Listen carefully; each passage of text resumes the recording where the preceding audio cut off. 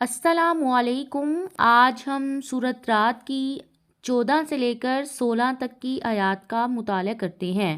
اعوذ باللہ من الشیطان الرجیم، بسم اللہ الرحمن الرحیم۔ لہو اسی کے لیے ہے، دعوت الحق کی حق کو پکارنا، الذین اور وہ لوگ جو یدعون وہ پکارتے ہیں، من دونہ اس کے علاوہ، لا یستجیبون نہیں وہ جواب دیتے، لہم ان کو، بشیء کچھ بھی، الا مگر کباسطی مانند پھیلانے والے کے،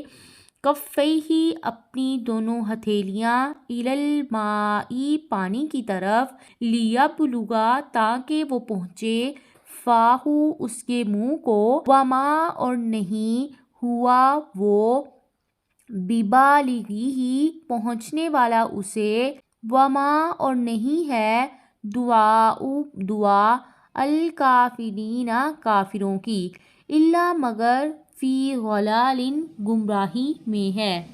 یہ آیت ہمیں بتا رہی ہے کہ دعا اور عبادت کی تمام قسمیں، خشوع و خضوع، جھکنا، سر جھکانا صرف اللہ تعالیٰ ہی کے لیے خاص ہے۔ یہ کہ وہ پریشان حال کی پکار کو وہی سنتا ہے، وہی ان کی تکلیفوں کو دور کرتا ہے، اس لیے صرف اسی کی عبادت کرنی چاہیے۔ جو لوگ بتوں کی پوجا کرتے ہیں، ان کی مثال اللہ تعالیٰ نے اس آیت میں اس آدمی کی ہے جو اپنے دونوں ہاتھ پانی کی طرف بڑھائے تاکہ اس کے منہ تک پہنچ جائے، لیکن پانی اس کی پیاس کو محسوس نہیں کرتا ہے اور نہ ہی دیکھ پاتا ہے کہ کوئی اپنے ہاتھ اس کے سامنے پھیلائے ہوئے ہے۔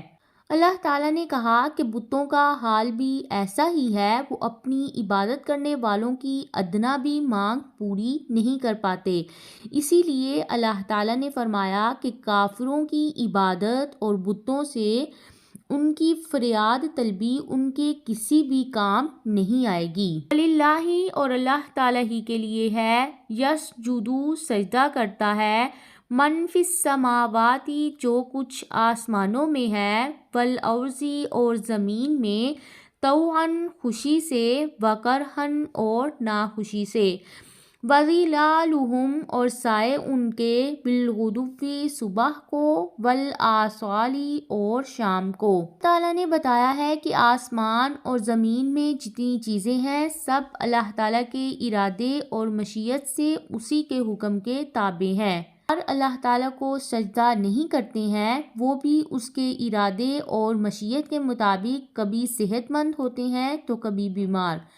ان میں کوئی مالدار ہوتا ہے تو کوئی فقیر، انہیں بھی ایک محدود وقت تک زندہ رہنے کے بعد موت لاحق ہوتی ہے۔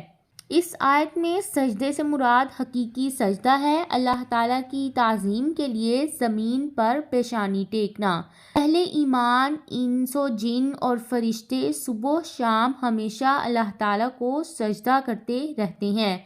اور اہل کفر حالت اضطرار میں اللہ تعالیٰ ہی کو سجدہ کرتے ہیں۔ یہ سورۃ عنکبوت میں ہے کہ جب کشتی میں سوار ہوتے ہیں تو اللہ تعالیٰ کو پورے اخلاص کے ساتھ پکارتے ہیں۔ جب کوئی اللہ تعالیٰ کو سجدہ کرتا ہے تو اس کا سایہ بھی اس کے ساتھ اللہ کے سامنے جھکتا ہے۔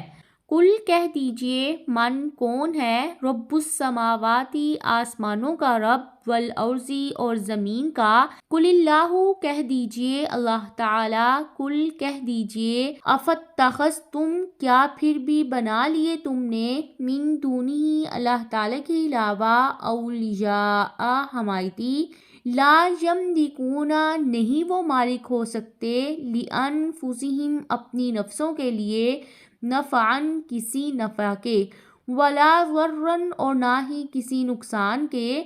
قل کہہ دیجئے، هل یستوی الاعمی کیا برابر ہو سکتے ہیں اندھے، والبصیر اور دیکھنے والے،